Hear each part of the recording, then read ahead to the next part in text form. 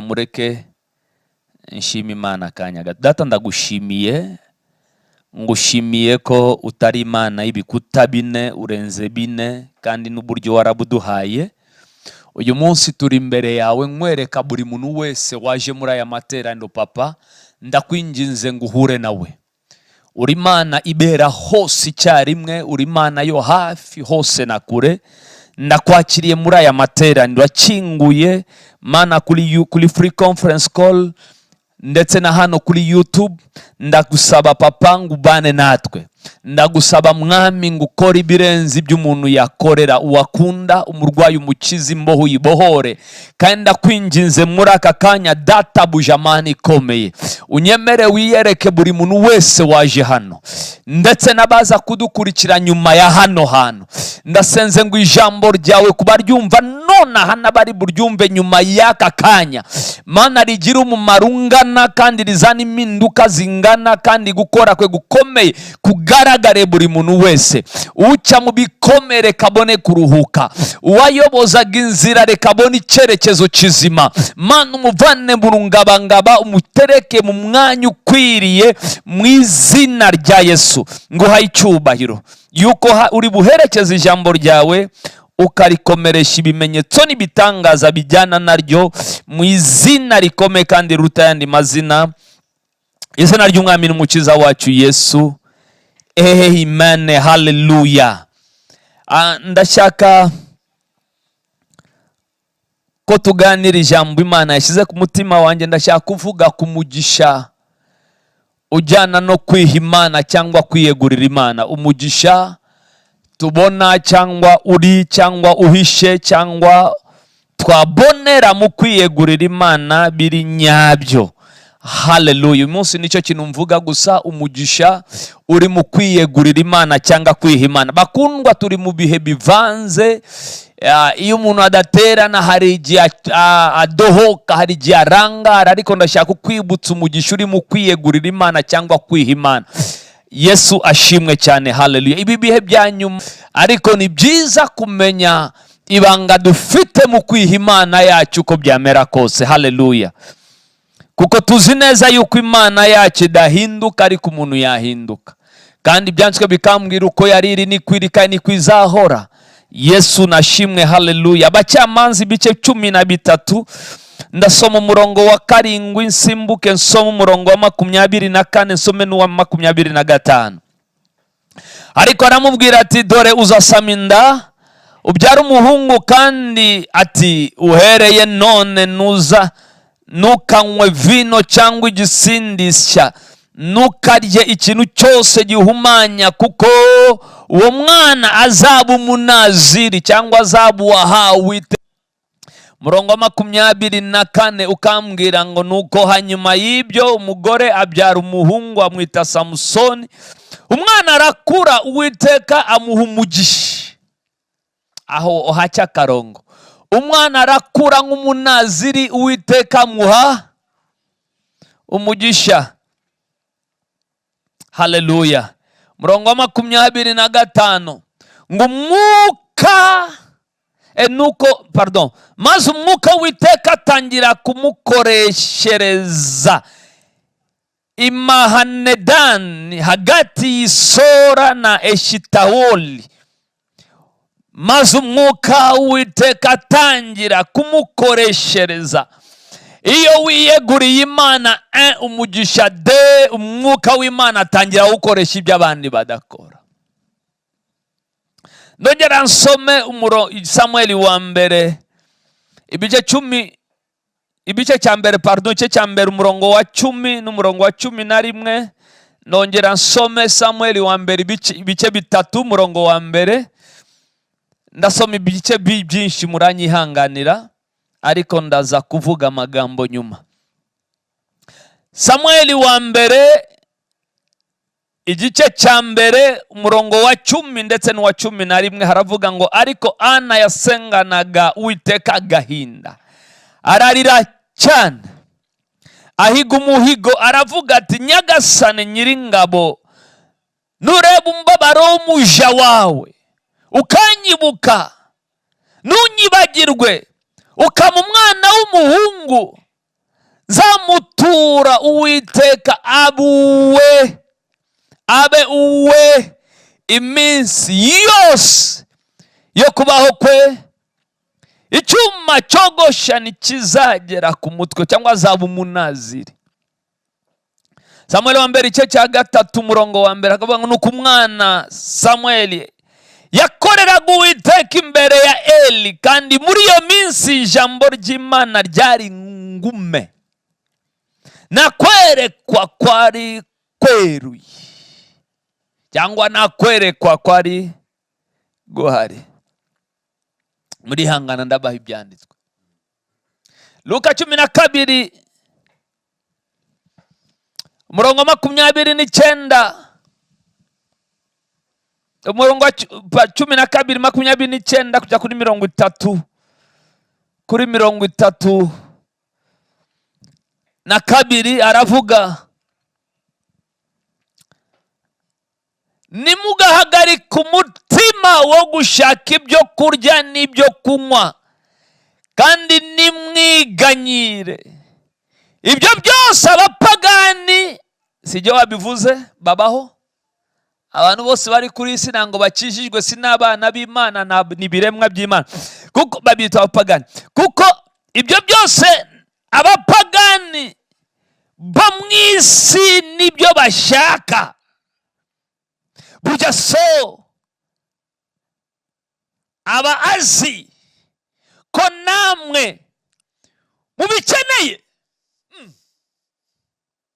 ahubwo inama, umva inama y'umwami, ahubwo mushake ubwami bwe,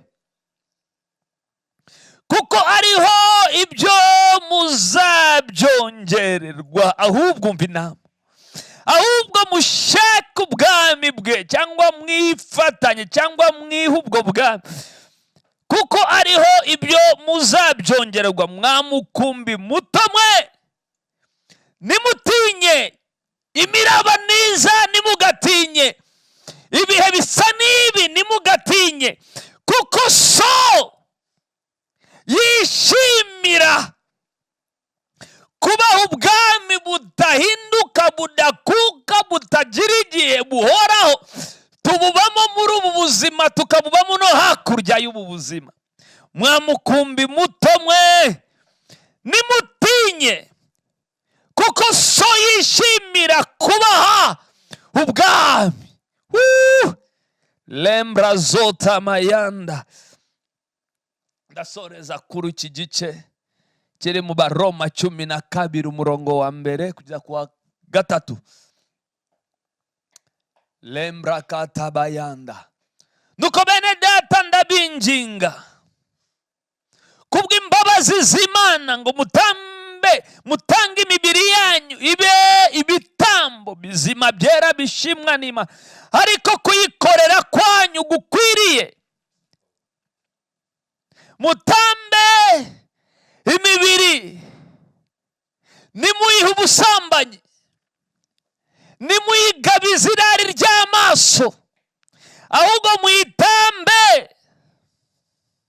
muyitange ibi bitambo bizima byera bishimwa n'Imana, ariko kuyikorera kwanyu gukwiriye. Kandi nimukishushanye n'ab'iki gihe, ahubwo muhinduke rwose, mugize imitima mishya, kugira ngo mumenye neza ibyo Imana ishaka, hari ibyo byiza, bishimwa, bitunganye rwose.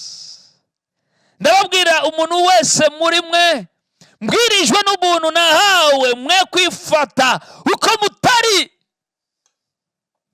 ahubwo mutekereze mwitonze, nk'uko Imana yagereye ubuntu umuntu wese kwizera. Mwe kwifata uko mutari. Hari uko Imana ibareba bitandukanye n'uko mubireba.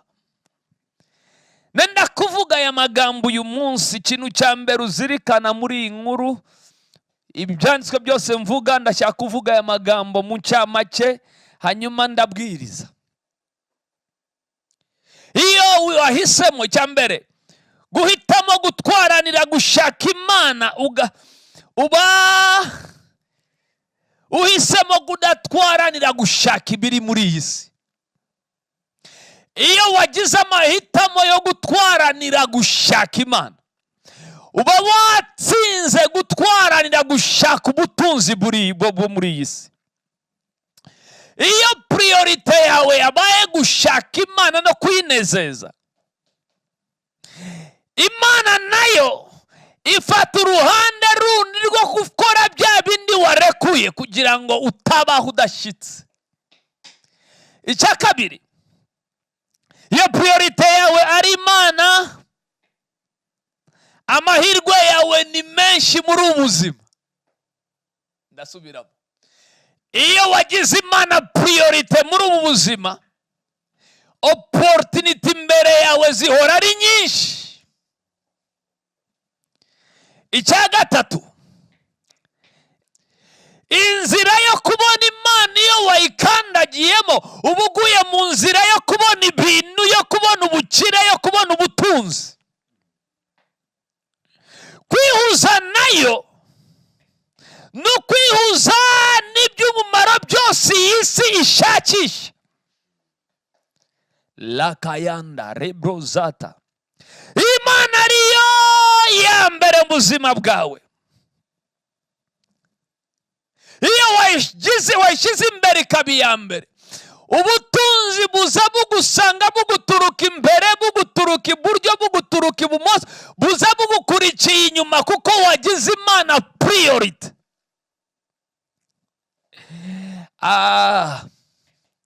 Ndashaka kuvuga, umwanya uhaye Imana niwo mwanya uzaba uwawe muri ubuzima. Iyo wayigize iya gatanu uzaba uwa gatanu, iyo wayigize iya nyuma uzaba uwa nyuma, ariko iyo wayigize iya mbere uzaba uwa mbere muri ubu. Ndavugana n'abantu bankurikira. Gushaka Imana bishyiraho iherezo mu mvune zo gushaka ubutunzi muri ubu buzima.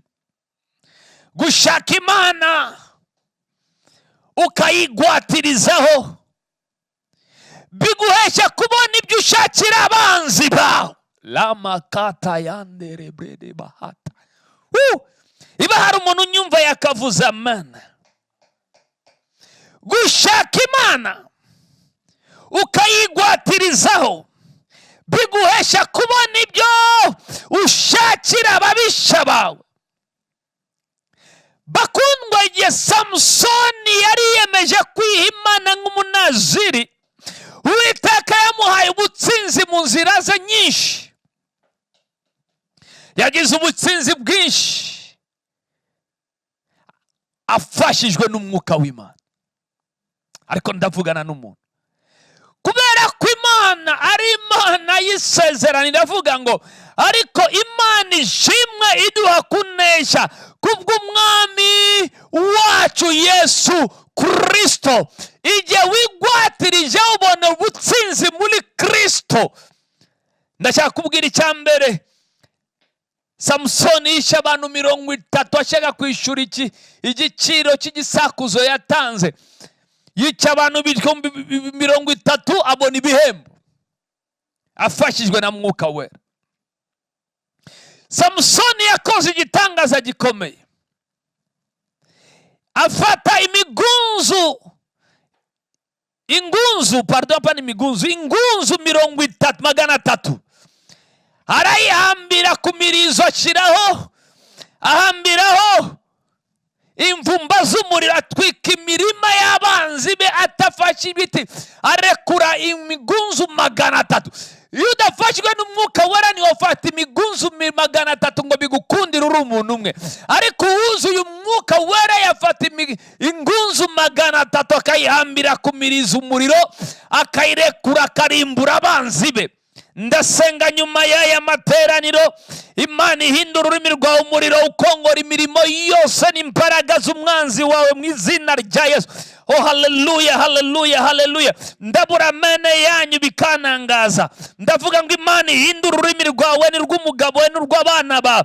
Imana irukongezeho umuriro w'Umwuka wera. Imirimo yose umwanzi yakoraga umuryango mu kazi kawe mu byawe utangira ukongoke kuva akanya mu izina rya Yesu. Ikintu cya gatatu Samusoni yakoze, urwasaya rw'indogobe yishe abantu 1000. Urwasaya rw'indogobe rumwe.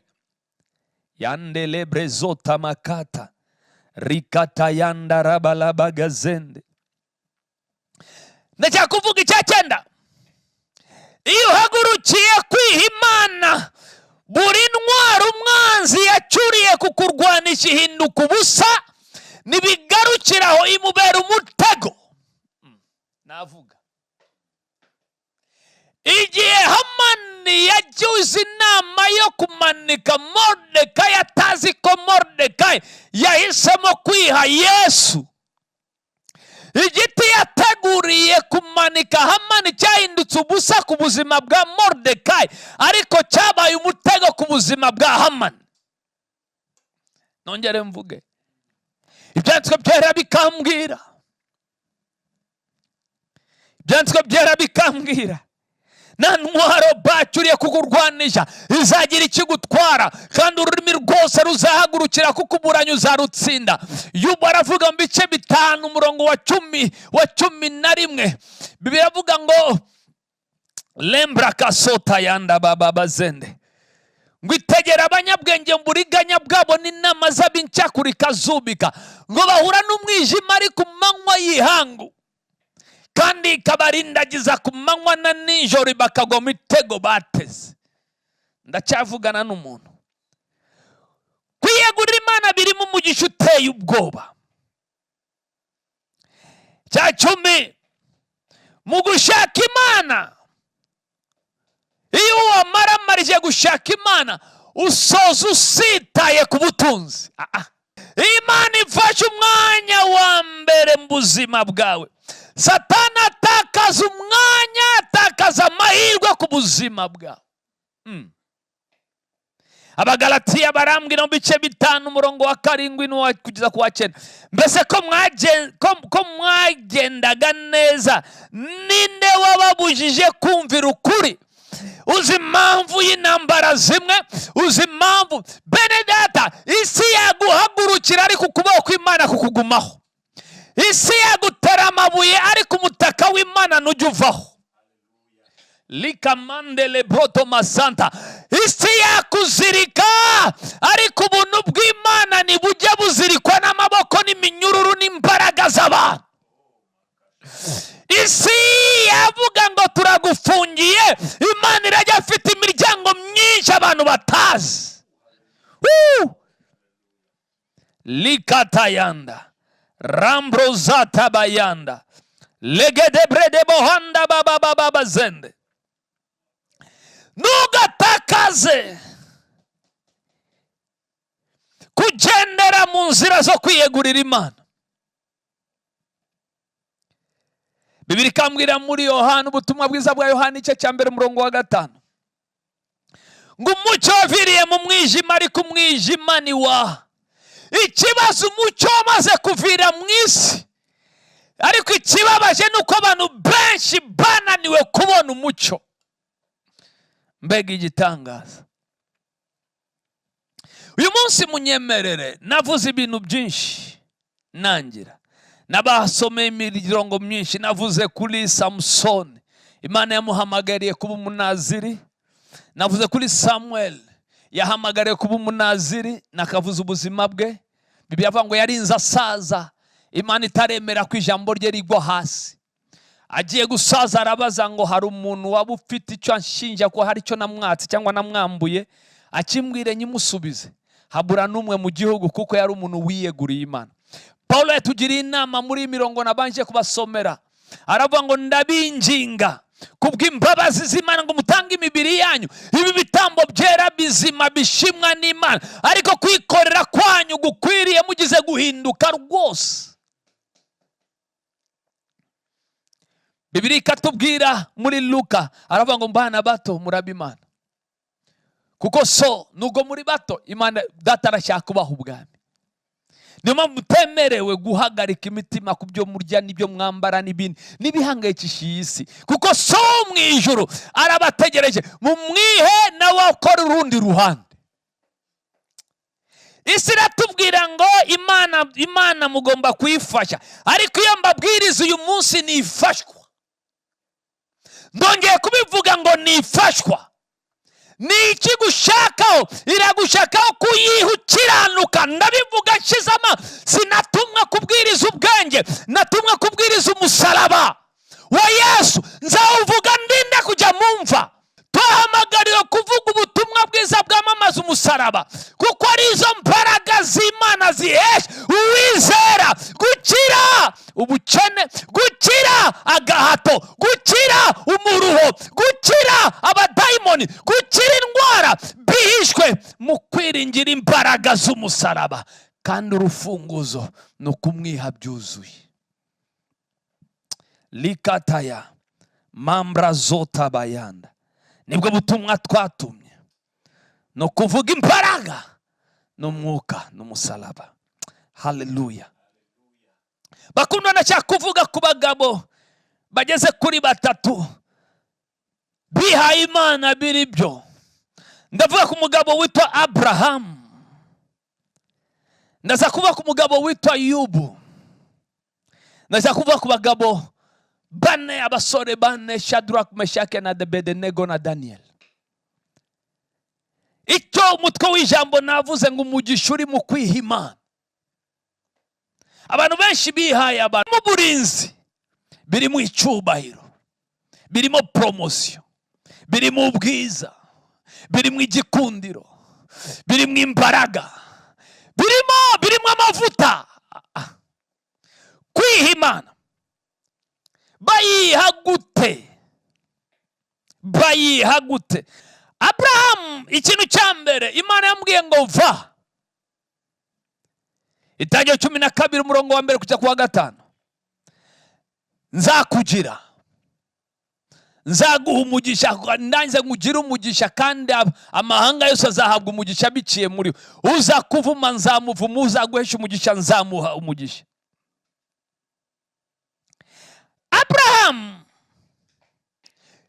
Abraham yemeye gutangira urugendo atitaye ko wajya atahazi. Kwiyegurira Imana, ifundo rya mbere ni ukumvira Imana udashyizemo logique n'ubwenge bwa Kinyarwanda cyangwa bwa kamere muntu. Abraham yemeye gutangira urugendo ava muri Uri y'Abakaludaya, atangira urugendo asiga inzu ya se, ava mu bwoko bwe, ava mu gihugu cye, agenda atazi aho agiye kubera kumvira, agenda atazi aho agiye. Icya kabiri, agenda atazi bizafata igihe kingana gute, atitaye ku myaka n'iminsi byafata. Vuga ngo yarumviye atitaye.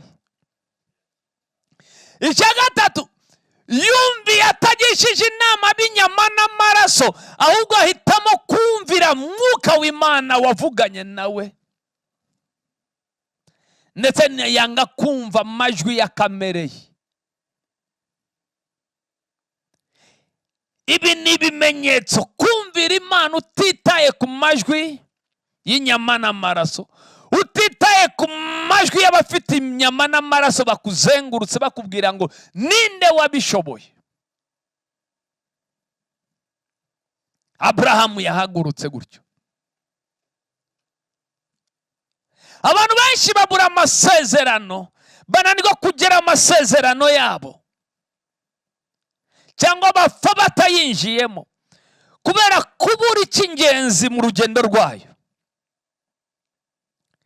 Buri mwana w'Imana afite, cyangwa ufite isezerano n'Imana, agomba kubisangiza abandi, akabimenyesha abandi, akagira ishyaka ry'uko data akeneye benshi kugira ngo Imana inezezwe n'umutima we utikunda. Buri mwana w'Imana agomba kugira umutwaro wo gusangiza abandi iby'ubwami, bwo kubwira Imana ikiza, bwo guhamiriza Yesu ubohora kandi ukiza. Mbabarira unyumve, kuko icyatumye mumenya ari ukugira ngo, Itangiriro 18 umurongo wa 19 aravuga ngo kuko icyatumye mumenya ari ukugira ngo ategeke abana be nabo mu rugo rwe bazakurikiraho gukomeza mu nzira y'Uwiteka, bakora ibyo gukiranuka, baca imanza zitabera, kugira ngo Uwiteka azanire Aburahamu ibyo yamuvuzeho. Kugira ngo Uwiteka azanire Aburahamu ibyo yamuvuzeho, hari ibyo Aburahamu agomba gukora. Mwene data, hari ibyo ugomba gukora, si ibyo mvuga bibikora, ariko hari uruhare rwawe mu kubihagararamo, mu kumwiha, mu kwemera gukora gushaka kwe, mu kwemera gukora ibyo agukeneyeho, mu kwemera kwitandukanya, mu kwemera kugendera mu nzira zikiranuka, mu kwemera kutivanga, kutifatanya n'iby'iyi si, ni ukwemera kurinda ururimi rwe n'uvuga iby'isi ishaka, ariko ugerageza uvuga iby'ijuru rigushakaho.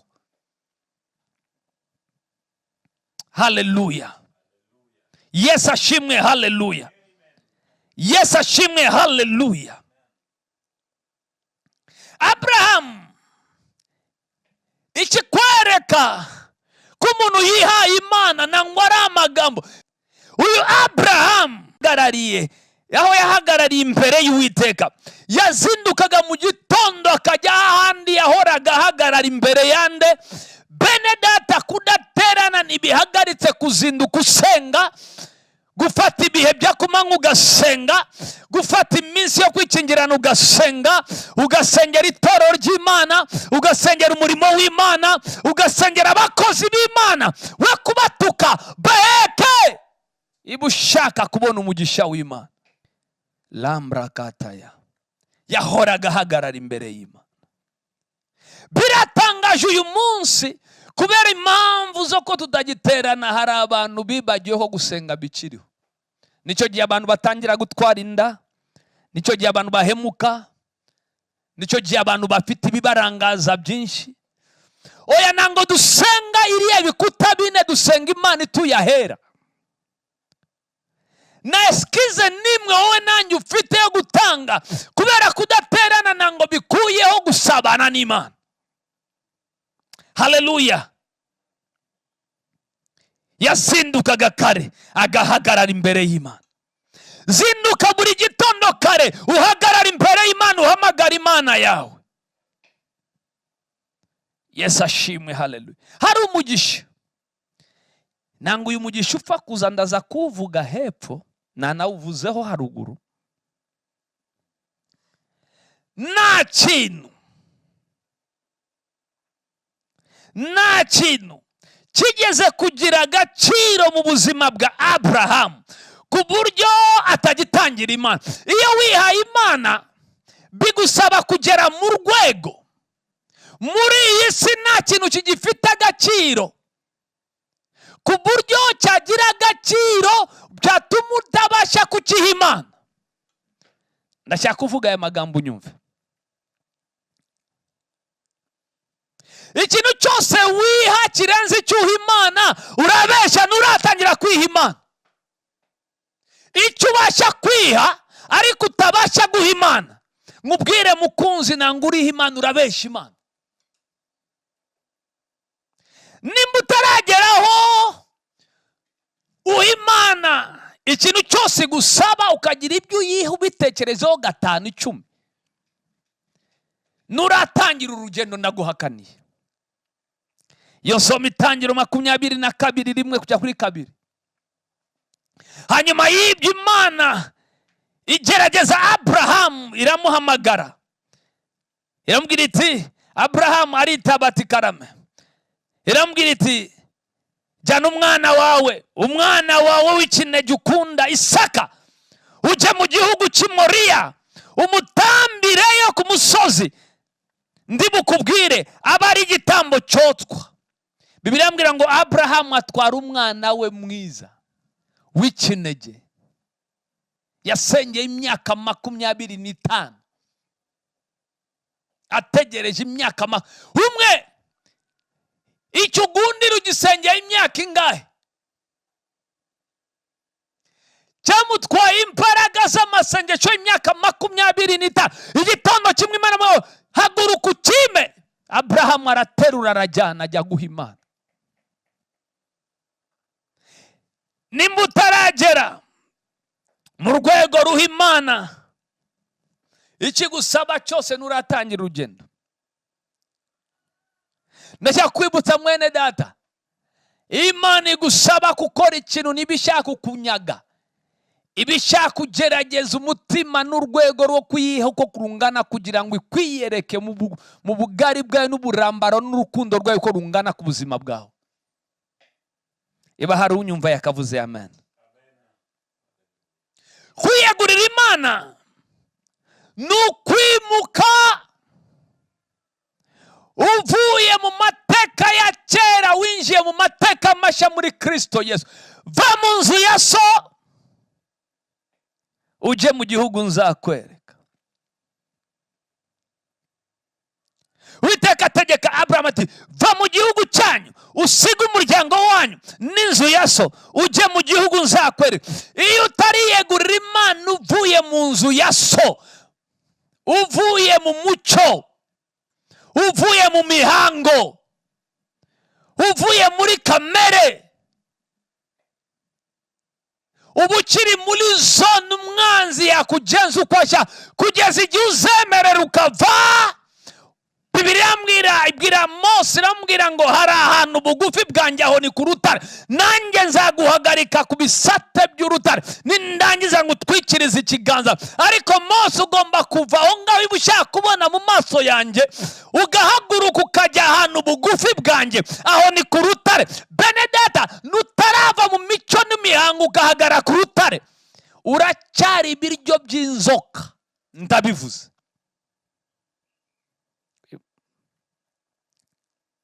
Kugeza igihe uzemera ugahindura pozisiyo. Ariko ndavugana n'umuntu ukiraho imivumo y'iwanyu iracyagufiteho ubushobozi, imizimu y'iwanyu izahora ikuniga, ibyahitanye abandi biracyahari kuguhitana, kugeza igihe uzahindura pozisiyo. Va! Ariko hari abantu bavuga banyumva. Va! Vuga ngo va! Mu nzu ya so, mu gihugu cyanyu, uve mu muryango wanyu, uve no mu nzu ya so, ujye mu gihugu nzakwereka. Umugisha w'Imana nurahukiraho kugeza igihe uhindukiriye ukinjira mu mugambi, utangira kubona umugisha w'Imana. Haleluya. Vuga ngo haleluya. Vuga haleluya. Vuga kuva. Yesu ashimwe. Haleluya.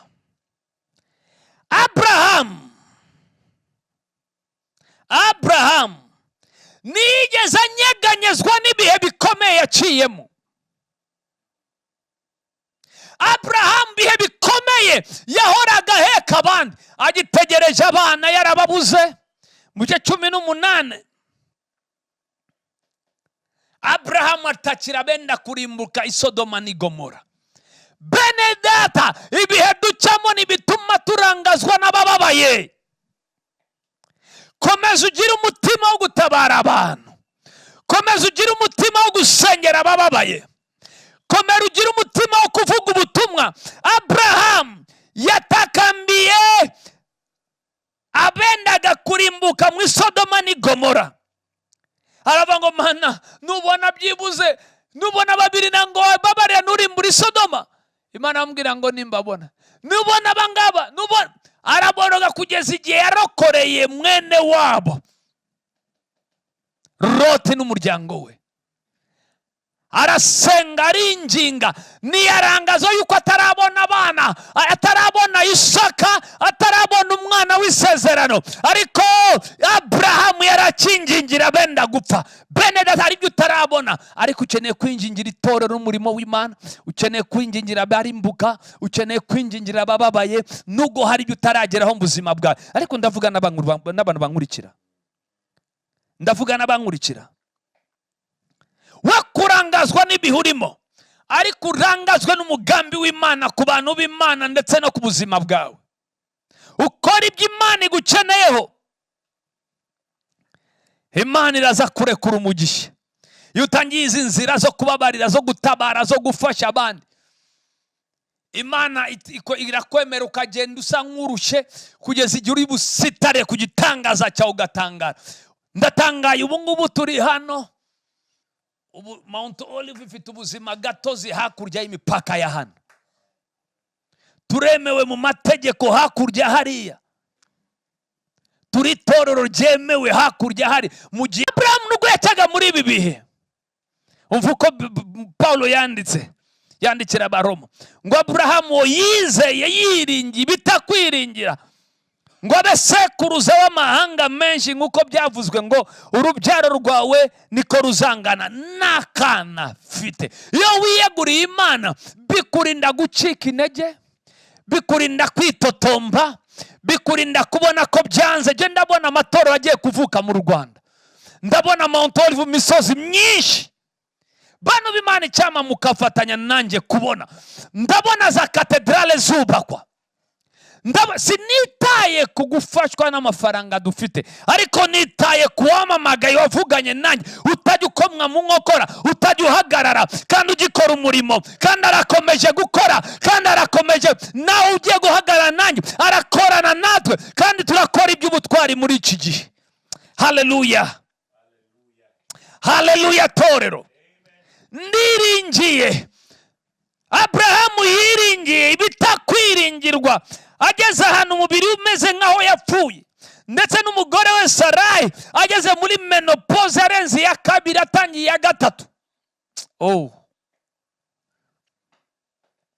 Kwizera kwe ni kuri agacogora, ahubwo yabonye yabonye isezerano ry'Imana, ntiyashidikanijwe no kutizera, ahubwo akomeza cyane. Vuga ngo akomeza cyane. Kwizera himbaza Imana, kwiyegurira Imana bikurinda kutenebuka, bikurinda gucika intege, bikurinda birakurinda. Kwiyegurira Imana ni urukingo. Haleluya. Umva uko Yobu yavuze, aba ngo naho yanyica napfa nyiringira, naho yanyica napfa nyiringira. Wowe iyo byakomeye bikomera bikumerera gute? Imana itinze gutabara bimera gute? Nubwo bimeze bityo, inzira zanjye nzazikomeza imbere yayo. Inzira zanjye leketele marambraga zota bayanda, inzira zanjye nzazikomereza imbere yayo. Nubwo twabambwa ku musaraba, nubwo byasharira, nubwo byakwanga, inzira zacu tuzazikomereza imbere y'Imana. Lagada bayanda mandere brede bagazota baya rikata bayanda lelele brodo mahanda. Inzira zacu nibyanga no ku mwuka wa nyuma tuzapfa tuvuga ngo Yesu ni umwami, Yesu ni umwami. Yesu arera, arakomeye, arakiranuka, ni uwo kwizerwa. Najya abesha, najya akoza isoni, najya ananirwa, najya abura inzira, arashoboye. Haleluya, haleluya, haleluya.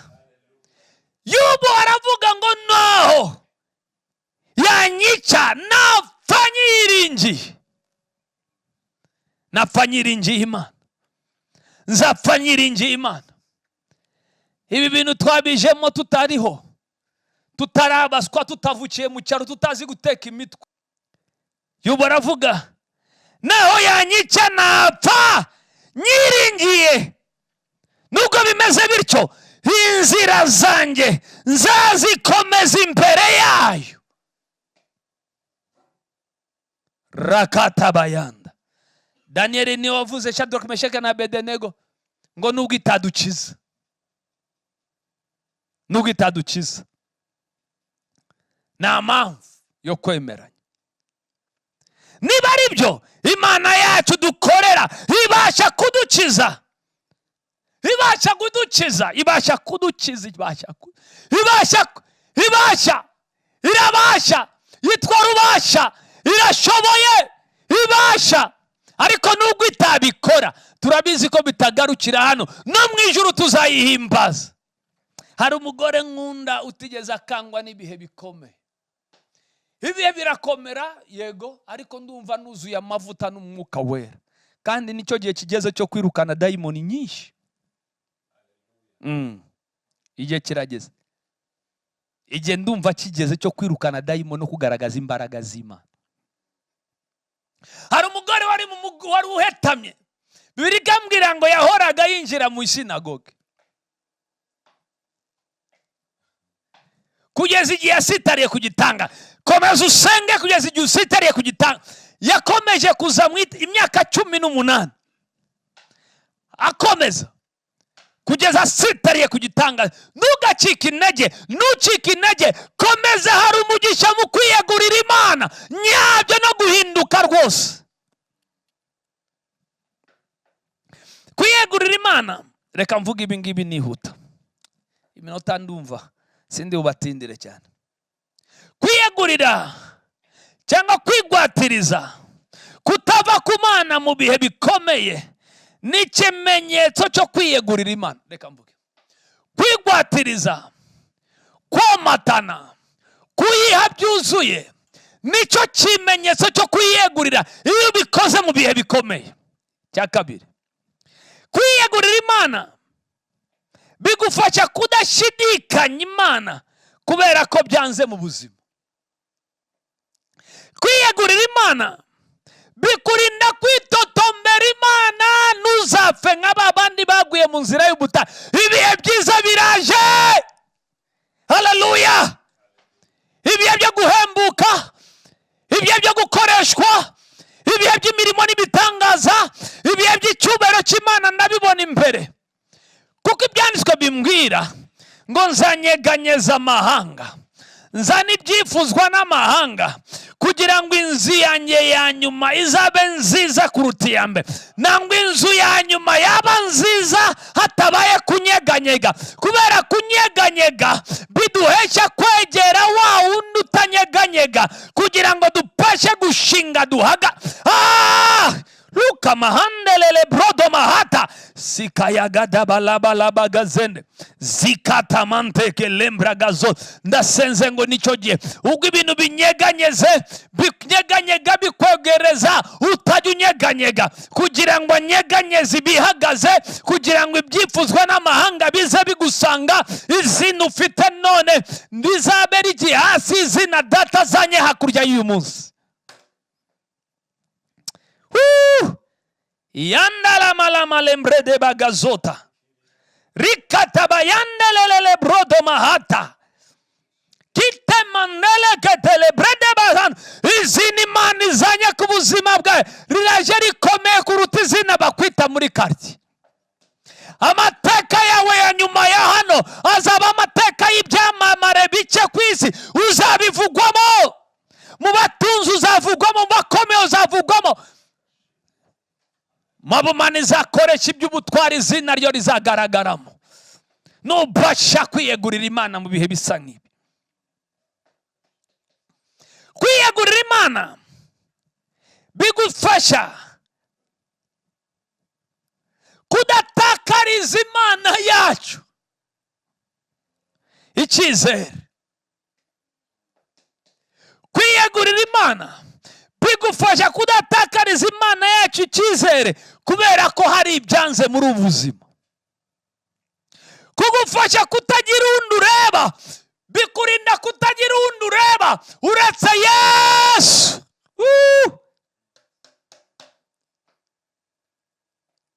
Nta muntu wese ugomba guhabwa agaciro hejuru y'Imana mu buzima bwawe. Kwiyegurira Imana bigufasha kutagira uwundi wese uha agaciro uretse yo n'umugambi wayo ku buzima bwawe.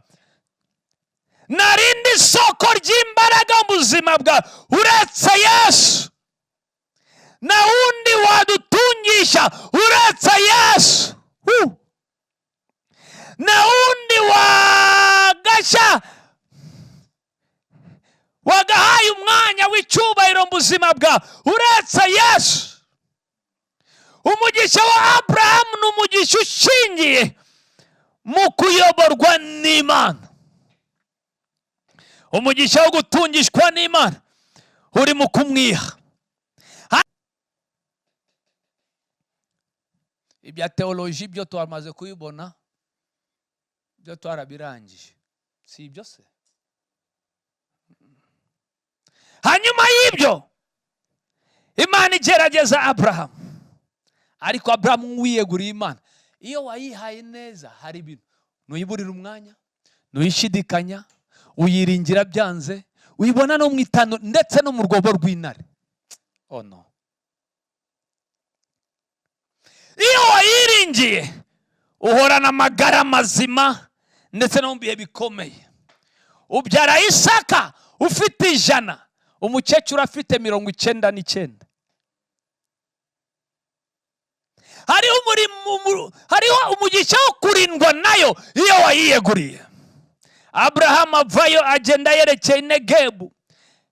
Itangiriro 20 umurongo wa 1 kuza kwa 4. Yumvira Imana aragenda yerekeye Negebu, asuhukira Gerari. Abrahamu avuga Sara ati, bene data turashaka umugisha wo kurindwa. Iyegurira Imana. Dufite ibyiringiro by'uburinzi bw'Imana ndetse no mu bihe bikomeye. Haji Negebu agera kwa Gerari, asukira Gerari. Abrahamu abwira umugore we ati, aravuga ngo ni mushiki wanjye. Abimeleki umwami w'i Gerari atumira Sara aramujyana. Maze Imana ibonekera Abrahamu Abimeleki mu nzozi nijoro. Iramubwira iti, umeze nk'intumbi kubwa wa mugore wenze kuko afite umugabo. Ariko Abimeleki yari ataramwegera. Aribaza ati, mwami wakwica ishyanga nubwo rikiranuka? Iyo wihaye Imana n'ibyawe birarindwa, niyo bitari mu maboko yawe Imana irabikurikira. Umwami Abimeleki yatwaye umugore wa Abrahamu Sara, amugejeje mu buriri, Imana imukubita igitotsi ataramukoraho. Ndavuga ngo hari abajura bazakwiba Imana basinzirize kugeza igihe uri bafatire. Ntango wanyumvishije. Iyo wiyeguriye Imana n'abakwiba ntibamenye uburyo babikugaruriye. Sinjya nibagirwa umunsi umujura nsanga mu rugo, ajya mu biro mu nzu akuramo iPad arayijyana. Nari nateguyemo inyigisho ngiye kwigishamo class. Mvuye muri douche ngiye gufata abantu bicaye ngo mbigishe, nsanga iPad yagiye. Umuntu yayitwaye kera yagiye kuri moto, arayigurisha nyuma y'ibyumweru 2 agaruka kwiba muri quartier. Baramuzana ngo ariko patsi y'umuntu yarakwibye. Ndazani wa mugore ibyo wanyibyo wabishize. Aravuga ngo ndakwereka aho nabishize. Umunsi ukurikiraho bangarura iPad yanjye. Naho nareze, na polisi nabwiye, ibyacu birindwa naho tutari. Niyo mpamvu ntugakinisha umuntu wihaye Imana ubukoze mu mboni z'ijisho ry'Imana nango wahirwa. Uzakandagira uwo ari we wese, ariko uzitondera uwihaye Imana. Uwayihaye bitari amagambo. Abimeleki arataka, avuga ngo Mana wakwica ishyanga nubwo rikiranuka? Aravuga ngo nakwica nukoraho. Gukiranuka kwawe ndakuzi se. gukiranuka ni ukurekura umugore, kurekura Sara. Nukoreho. Ndavuga ngo Imana umugisha wo kurindwa ube kuri wowe no kubawe no kubyawe mu izina rya Yesu. Ukubeho mu izina rye. Icyaka ngahe ubwo mvuze byinshi. Navuze icyambere, reka nsubiremo. Icyambere, ugira amagara mazima, umugisha wo kurindwa, umugisha wo kurama, umugisha wo gutunga. Nari mvuze wo kurindwa. Itangiriro 24:4 Bibiliya ivuga ngo Imana iha Abrahamu umugisha muri byose. Vuga ngo muri byose. Yubu yari afite umugisha kurusha abantu mu zabukuru, aramye imyaka myinshi. Vuga ngo myinshi. Umwuka urahera, afashaje neza, asanga bene wabo. Ndasenga ngo Imana iguhe umugisha w'uburame. Mu bw'ibyorezo bitware izina ryawe niririmo. Mu bakenyuka izina ryawe niririmo. Mu bapfa igihe kitaragera izina ryawe niririmo. Nimba uhisemo kwiyegurira Imana nkuko Abrahamu yabikoze. Haleluya. Haleluya. Dore mwene data, icyo kwirinda ntukave muri bene so. Reka nkwereke igituma umuntu atakaza kwiyegurira Imana ku buryo bwuzuye. Yuda yari afite inkoni nk'isezerano. Yuda akora ikosa, nsenga ngo ntirizakubeho. Murongo wa mbere avuga ngo muri iyo minsi Yuda ava muri bene se, aramanuka acumbika mu Banyadulamu, ku Munyadulamu witwa Hira. Umunyadulamu amushingira umukobwa w'umunyakananikazi.